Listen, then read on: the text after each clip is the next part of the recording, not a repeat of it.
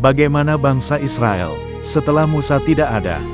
Kepemimpinan dilanjutkan oleh Yosua. Inilah cuplikan kisahnya.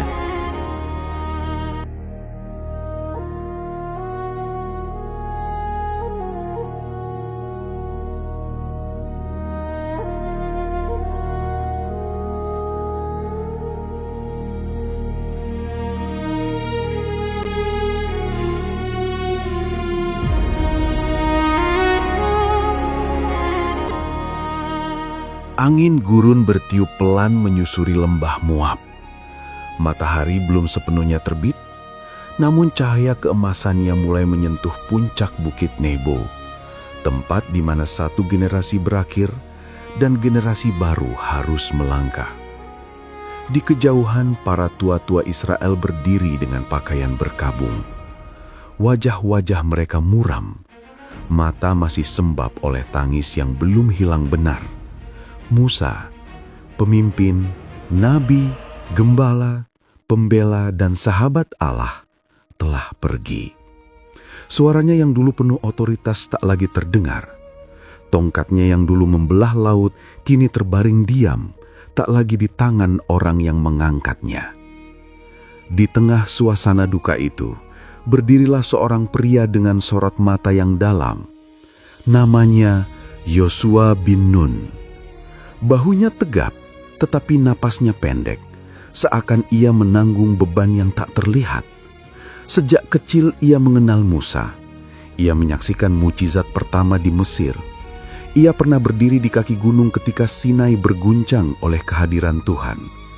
Ia memimpin perang melawan Amalek ketika Musa mengangkat tangan di puncak bukit. Ia bahkan pernah menemani Musa ketika memasuki kemah pertemuan dan melihat awan kemuliaan turun.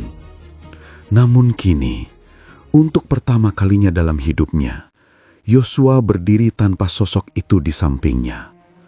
Seorang pemuda dari suku Zebulun berbisik pada kawannya, "Apa yang akan terjadi sekarang? Tanpa Musa, bagaimana kita bisa menyeberangi Yordan? Bagaimana kita bisa menaklukkan negeri itu?" Yang lain menjawab lirih, "Yosua memang prajurit yang hebat, tapi menggantikan Musa? Siapa yang bisa menggantikan Musa?" Bisikan-bisikan itu tidak luput dari telinga Yosua. Ia tidak marah, tidak tersinggung, karena ia pun memikirkan hal yang sama. Bagaimana mungkin aku menggantikan Musa? Di malam sebelumnya, Yosua duduk sendirian di luar kemahnya. Obor kecil menyala, memantulkan warna jingga di wajahnya yang tegang. Kedua tangannya saling menggenggam. Kukunya menekan kulitnya sendiri.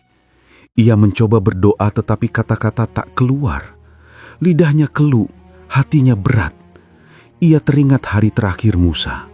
Betapa lembut Musa menepuk pundaknya dan berkata, "Engkau akan membawa bangsa ini masuk ke negeri yang dijanjikan Tuhan kepada nenek moyang mereka." Kata-kata itu seharusnya menjadi penguatan. Tetapi di hati Yosua, kata-kata itu terasa seperti beban batu. Bangsa yang akan ia pimpin adalah bangsa yang terkenal keras kepala. Generasi sebelumnya mati di padang gurun karena ketidaktaatan. Berkali-kali mereka bersungut-sungut kepada Musa. Mereka melawan, mengeluh, memberontak, dan menuduh. Dan itu ketika Musa ada. Bagaimana sekarang ketika Musa sudah pergi? Dalam kegelapan malam itu, Yosua merasakan hatinya retak oleh takut. Bukan takut akan perang, bukan takut akan raksasa Kanaan, bukan takut akan tembok Yeriko, tetapi takut akan ketidakmampuannya sendiri. "Aku bukan Musa," bisiknya tanpa suara. Saat itulah sesuatu terjadi. Angin berhenti, daun-daun tidak bergerak. Api obor bergeming, suasana seolah membeku. Dan tiba-tiba, suara yang bukan dari manusia mengisi ruang sunyi itu. "Musa, hambaku, telah mati. Sebab itu bersiaplah sekarang. Seberangilah sungai Yordan engkau dan seluruh bangsa ini menuju negeri yang akan kuberikan kepada mereka." Tubuh Yosua gemetar. Ia tidak melihat wujud apapun, tetapi suara itu jelas memenuhi udara dan masuk ke tulang sumsum. "Setiap tempat yang akan diinjak oleh telapak kakimu telah kuberikan kepadamu seperti yang telah kujanjikan kepada Musa." Yosua mengangkat wajahnya perlahan. Air matanya jatuh tanpa ia sadari. Suara itu melanjutkan, "Seumur hidupmu, tidak akan ada seorang pun yang dapat bertahan menghadapi engkau. Seperti aku menyertai Musa, demikianlah aku akan menyertai engkau. Aku tidak akan meninggalkan engkau dan tidak akan meninggalkan engkau." Kalimat itu menghantam seperti petir. Seperti aku menyertai Musa. Kata-kata itu bukan sekedar janji, itu adalah pernyataan bahwa kepemimpinan ini bukan hasil ambisi, bukan beban manusia, tetapi panggilan ilahi. Namun, Tuhan belum selesai. "Kuatkan dan teguhkanlah hatimu." Gema firman itu membuat dada Yosua bergetar. "Sebab engkaulah yang akan memimpin bangsa ini, memiliki negeri yang kujanjikan dengan sumpah kepada nenek moyang mereka." Keheningan kembali turun, tetapi hanya sekejap. Suara itu mengalir lagi, lebih kuat, lebih dalam seperti air yang menerjang bebatuan. "Hanya kuatkan dan teguhkanlah hatimu dengan sungguh-sungguh, bertindaklah hati-hati sesuai dengan seluruh hukum yang telah diperintahkan Musa kepadamu. Jangan menyimpang ke kanan atau ke kiri, agar engkau berhasil kemanapun engkau pergi." Yosua menunduk, kedua tangan bergetar di atas lututnya. Suara itu kemudian melembut, namun tetap memenuhi ruang udara. "Janganlah engkau kecut dan tawar hati." Yosua memejamkan mata. "Sebab Tuhan Allahmu menyertai engkau kemanapun engkau pergi." Angin kembali bertiup, api obor bergoyang, suasana kembali seperti biasa. Tetapi hati Yosua tidak lagi sama. Ia merasakan sesuatu yang belum pernah ia rasakan sebelumnya. Keberanian yang tidak berasal dari dirinya sendiri. Keesokan harinya, seluruh Israel berkumpul. Hari berkabung sudah selesai, tetapi suasana masih berat. Ribuan mata tertuju kepada Yosua. Para pemimpin suku maju ke depan, menunggu perkataan Yosua. Semua menahan napas, ingin tahu apa yang akan ia katakan. Yosua melangkah maju. Suaranya keras, namun ada getaran kecil yang hanya ia sendiri yang tahu artinya. "Hai bangsa Israel, bersiaplah. Dalam 3 hari lagi, kita akan menyeberangi sungai Yordan untuk memasuki negeri yang diberikan Tuhan kepada kita." Sejenak tidak ada suara. Lalu bisikan-bisikan muncul dari yang ragu hingga yang heran. Menyeberang Yordan saat banjir, Kanaan terlihat dari kejauhan. Tanah yang dijanjikan kepada Abraham, Ishak dan Yakub, namun dipisahkan oleh sungai yang deras, penuh lumpur dan meluap oleh musim menuai. Tanpa tongkat Musa, tanpa pemimpin yang bisa membelah laut, langkah itu tampak mustahil.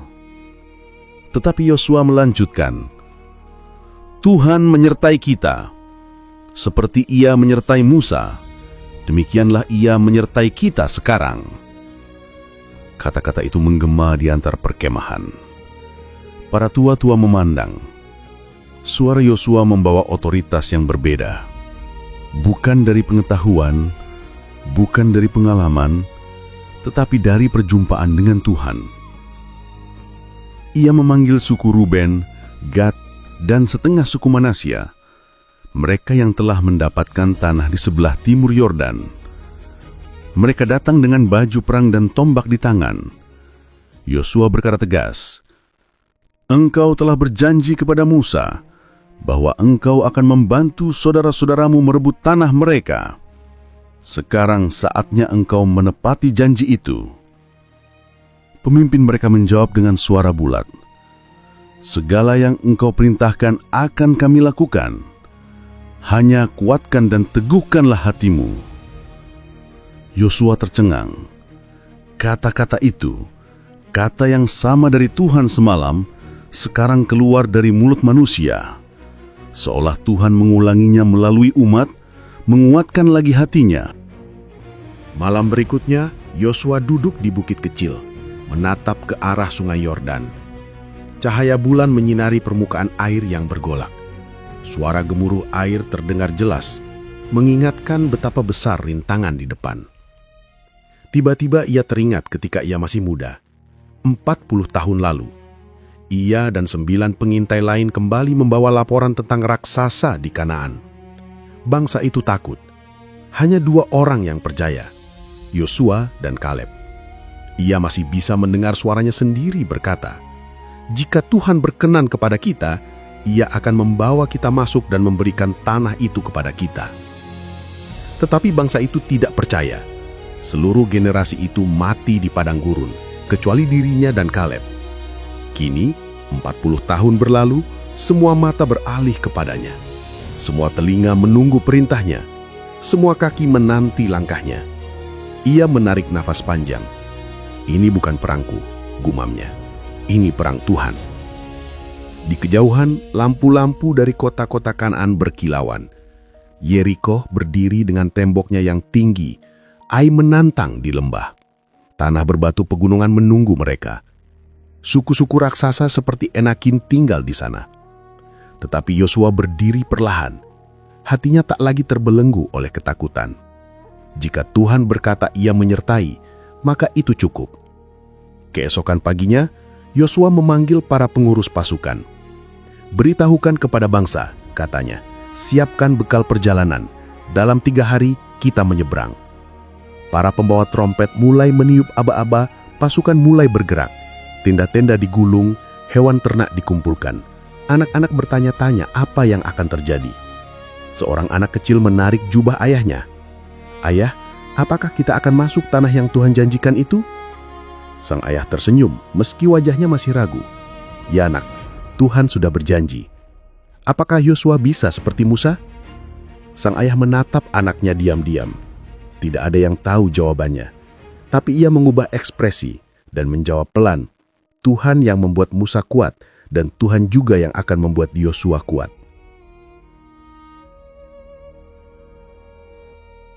Hari bergerak cepat. 3 hari berlalu. Yosua berdiri di depan bangsa itu. Di hadapannya terbentang sungai Yordan, deras, tinggi, dan liar. Namun kali ini Yosua tidak gentar. Ia telah menerima firman. Ia telah melihat tanda penyertaan. Ia tahu Tuhanlah yang memimpin langkah mereka. Besok, katanya kepada para imam, "Engkau akan mengangkat tabut perjanjian dan melangkah ke sungai. Ketika kakimu menyentuh air, Tuhan akan melakukan sesuatu." Para imam saling berpandangan, tetapi tidak satupun yang menolak.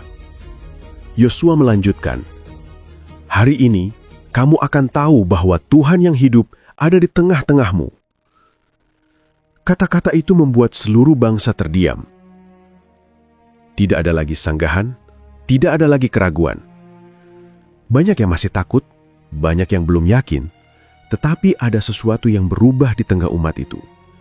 Mereka percaya bahwa Yosua sedang memimpin karena Tuhan memanggilnya, bukan karena ia menunjuk dirinya sendiri. Di bawah cahaya matahari pagi yang hangat, bangsa Israel berdiri berjajar menghadap sungai Yordan. Gemuruh air terdengar seperti suara perang. Namun dalam hati mereka, suara Tuhan lebih keras. "Kuatkan dan teguhkanlah hatimu."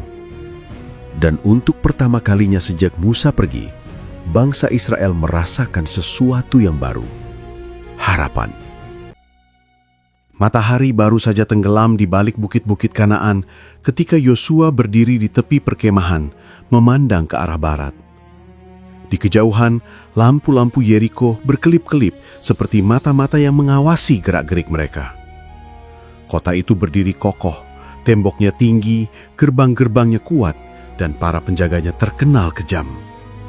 Yeriko adalah benteng pertama yang harus ditaklukkan jika Israel ingin masuk ke tanah perjanjian. Namun, Yosua tahu satu hal, peperangan tidak dimulai di medan pertempuran. Peperangan dimulai dalam kegelapan ketika strategi dirancang dan keputusan-keputusan sulit diambil. Angin malam bertiup, membawa aroma padang gurun dan tanah Kanaan yang basah oleh embun. Yosua memejamkan mata sejenak. Ia tidak bisa tidur sejak mereka tiba di Gilgal, karena pikirannya terpaku pada satu hal, Yeriko. Kota itu seperti raksasa batu yang menantang siapapun yang berani mendekat. Di belakang Yosua, suara langkah kaki terdengar. Seseorang menyebut namanya dengan lembut. Kak Yosua. Ia menoleh. Itu adalah Kaleb, sahabat seperjuangannya sejak muda. Satu-satunya orang dari generasi lama yang masih hidup bersamanya. "Engkau belum tidur?" tanya Kaleb. Yosua menghela nafas, tersenyum tipis. "Bagaimana mungkin aku tidur ketika tembok itu berdiri di depan kita?" Kaleb mengangguk. Yeriko memang kuat, tetapi bangsa itu tak bersandar pada batu. Mereka bersandar pada ketakutan. Yosua menatap Kaleb. "Bagaimana engkau tahu?" Kaleb menyentuh dadanya sendiri. Ketika hati gentar, tembok setinggi apapun terasa goyah. Yosua tersenyum kecil. Kata-kata itu mengingatkannya pada pengalaman 40 tahun lalu ketika hanya mereka berdua yang percaya Tuhan sanggup menaklukkan Kanaan. Mungkin, pikir Yosua, inilah waktunya membalas ketidakpercayaan generasi lama dengan kemenangan iman generasi baru. Ia menatap Yeriko sekali lagi, lalu berkata tegas, "Kaleb, saatnya kita mengirim pengintai." Kaleb mengangguk. "2 orang?" "Ya, 2 saja. Terlalu banyak akan menarik perhatian. Aku butuh orang yang gisit, tidak mudah panik, dan pandai bersembunyi." Beberapa menit kemudian, 2 pria muda dipanggil ke kemah Yosua. Wajah mereka tegang, tetapi mata mereka penuh keberanian. "Namamu?" tanya Yosua. "Salmon dari suku Yehuda." "Dan aku Elidad dari suku Binyamin." Yosua memperhatikan mereka. Tubuh mereka ramping, gerakannya lingan, pas untuk misi rahasia. "Dengarkan aku baik-baik. Kalian akan masuk ke Yeriko malam ini. Jangan berkelahi, jangan membuat keributan. Amati kota itu, jendelanya, gerbangnya, penjaganya, dan kabar apapun tentang rakyatnya. Yang lebih penting, cari tahu apa yang mereka pikirkan tentang kita." Elidad tampak bingung. "Tentang kita, tuanku?" "Ya, tentang kita. Bangsa yang ketakutan lebih mudah ditaklukkan dibanding tembok yang kuat." Salmon menunduk hormat. "Kami mengerti. Pergilah, Tuhan menyertai kalian." Kedua pengintai itu melangkah ke kegelapan malam, menghilang di antara bayang-bayang pepohonan. Yeriko berada hanya beberapa mil dari kamp Israel, tetapi kota itu dijaga ketat. Para prajurit berkeliaran di atas tembok dengan obor di tangan, panah terselip di bahu mereka. Dari kejauhan, terdengar suara musik dan teriakan mabuk dari rumah-rumah tertentu. Yeriko adalah kota perdagangan, dan malam hari banyak pedagang serta orang asing berkumpul di rumah-rumah tertentu untuk bersenang-senang. Itulah alasan mengapa Salmon dan Elidad memilih masuk dari sisi barat, di mana lampu-lampu lebih ramai dan suara lebih bising. Keduanya memanjat lereng batu, menyelinap di antara kerumunan pedagang, dan akhirnya berhasil masuk ke dalam gerbang saat penjaga lengah oleh rombongan kafilah yang berteriak-teriak. Namun kota itu jauh lebih besar dari perkiraan mereka. Lorong-lorongnya sempit, rumah-rumahnya dekat satu sama lain, dan suara penduduk bercampur dengan bau anggur dan rempah-rempah. Mereka tidak bisa berkeliaran lama di ruang terbuka tanpa menarik kecurigaan.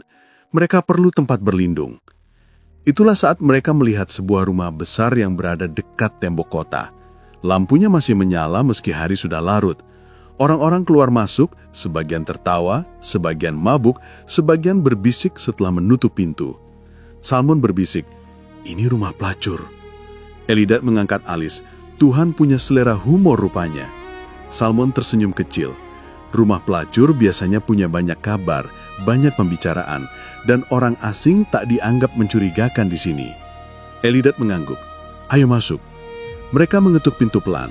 Suara langkah mendekat, lalu pintu dibuka. Seorang perempuan berdiri di ambang. Rambutnya panjang, wajahnya cantik, tetapi sorot matanya tajam dan cerdas. Perempuan itu memandangi mereka sejenak, lalu tersenyum samar. "Masuklah," katanya pelan. Salmon dan Elidad saling pandang. Mereka tidak menyangka akan diterima secepat itu, namun mereka mengangguk dan masuk. Perempuan itu menutup pintu perlahan. Namanya Rahab. Rahab membawa mereka ke ruangan bagian atas. Ruangan itu cukup luas, dipenuhi kain-kain dan tempat duduk. Dari jendela besar mereka bisa melihat tembok kota yang menjulang. Rumah Rahab berada tepat di atas tembok, memberikan pandangan luas ke arah luar kota. Sesampai di ruangan itu, Rahab memandang mereka dengan sikap yang mencurigakan, tetapi tidak bermusuhan. "Kalian bukan dari sini," katanya langsung. Elidad berhenti. Salmon menelan ludah. "Apa yang membuatmu berpikir begitu?" Rahab menyilangkan tangan di dada. "Aku sudah bertemu ratusan orang, prajurit, saudagar, nelayan, juga pendatang dari negeri-negeri jauh. Tapi engkau," ia menunjuk Salmon, "terlalu waspada." Lalu ia menunjuk Elidad, "Dan engkau terlalu diam." Kedua pengintai itu saling melirik. Mereka tidak bisa mengelak. Rahab mendekat sedikit. "Kalian orang Israel, bukan?" Elidad hampir meraih pisau kecil di pinggangnya, tetapi Salmon menahan tangannya. "Bagaimana engkau tahu?" Rahab menatap mereka dengan ekspresi aneh, campuran takut dan hormat. "Kota ini sudah mendengar tentang kalian," katanya pelan. "Semua orang tahu bahwa kalian sedang mendekat. Semua orang membicarakan kalian. Bahkan para prajurit Kanaan ketakutan." Elidad hampir tertawa, tetapi Rahab melanjutkan dengan nada serius. "Kami tahu apa yang dilakukan Tuhanmu di Mesir. Kami mendengar bagaimana ia membelah laut. Kami tahu bagaimana kalian mengalahkan Sihon dan Og. Kami tahu Tuhan kalian bukan seperti ilah-ilah kami. Ia hidup, ia berperang." Salmon menatap Rahab lama. "Engkau tahu banyak." Rahab mengangguk. "Dan aku tahu bahwa tembok ini, sebesar apapun, tidak akan menahan kalian." Tiba-tiba, terdengar ketukan keras di pintu bawah. Suara prajurit berteriak, "Buka pintu! Kami mencari 2 orang asing yang masuk kota malam ini." Elidad menggertakkan giginya. Salmon memandang Rahab dengan tegang. Rahab hanya berbisik, "Ikut aku." Ia membawa mereka menaiki tangga menuju atap rumah. Di sana, ada tumpukan besar batang lenan yang baru dipanen, ditaruh untuk dikeringkan. Rahab menunjuk ke arah tumpukan itu. "Bersembunyilah di bawah ini." Tanpa banyak bertanya, Salmon dan Elidad masuk ke dalam tumpukan lenan. Rahab menutup mereka sepenuhnya. Tak lama kemudian, pintu bawah dibuka paksa. Suara prajurit terdengar jelas sampai ke atas. "Di mana 2 orang itu? Kami tahu mereka masuk rumah ini." Rahab menjawab dengan suara sangat tenang. "Mereka memang datang kemari, tetapi mereka sudah pergi sebelum gerbang kota ditutup." "Ke arah mana mereka pergi?" "Aku tidak tahu. Kejar saja mereka. Mungkin kalian masih bisa menangkapnya sebelum mereka lolos." Prajurit itu menggeram. "Jika engkau berbohong, nyawamu taruhannya." Rahab tidak gemetar, tidak sedikit pun. "Aku tidak berbohong." Prajurit-prajurit itu akhirnya berlari keluar mengejar ke arah sungai Yordan, sementara gerbang kota ditutup dan dijaga ketat. Ketika langkah-langkah mereka menghilang, Rahab kembali ke atap. Ia membuka tumbukan Lenan dan Salmon serta Elidad muncul sambil terengah-engah. Salmon hampir tidak percaya. "Mengapa engkau menolong kami?" Rahab berlutut, memandang mereka dengan mata yang hampir berkaca-kaca. "Karena aku tahu, Tuhanmu akan memberikan negeri ini kepada kalian. Dan ketika itu terjadi, aku ingin keluargaku selamat." Elidad menatap perempuan itu lama. Seorang pelacur, pikirnya. Tetapi imannya lebih besar daripada banyak orang Israel. Rahab melanjutkan dengan suara lirih namun tegas. "Aku mohon, buatlah perjanjian denganku. Jangan biarkan keluargaku binasa." Salmon mengangguk sambil menengadah. "Kami bersumpah demi Tuhan, jika engkau tidak memberitahu siapapun tentang kami, maka engkau dan keluargamu akan selamat." Rahab mengambil seutas tali berwarna merah dari meja, menyerahkannya kepada Salmon. "Ikat tali ini pada jendela rumahku," katanya.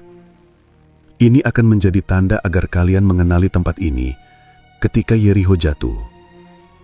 Salmon menggenggam tali itu kuat-kuat. "Engkau akan selamat, Rahab." Malam semakin larut.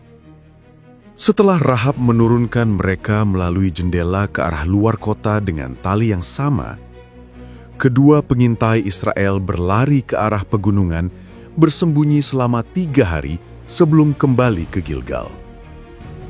Ketika kembali, mereka langsung menghadap Yosua. Wajah keduanya berseri-seri. "Tuanku," kata Salmon, hampir tidak bisa menahan semangatnya. "Tuhan telah menyerahkan seluruh negeri itu kepada kita." Elidad menambahkan, "Semua penduduknya takut, mereka gemetar mendengar nama Israel." Yosua tersenyum. Tetapi bukan sembarang senyum. Senyum seseorang yang tahu bahwa Tuhan sedang berjalan di depan mereka. Dan jauh di Yerikho, seorang perempuan bernama Rahab memandang keluar jendelanya. Di sana tergantung tali merah, bergoyang tertiup angin malam. Ia tidak tahu kapan kota itu akan runtuh. Ia tidak tahu bagaimana Tuhan akan melakukannya. Tetapi di dalam hatinya ia percaya, Tuhan Allah Israel adalah Allah di langit dan di bumi. Dan iman seorang pelacur akan menjadi bagian dari sejarah keselamatan dunia.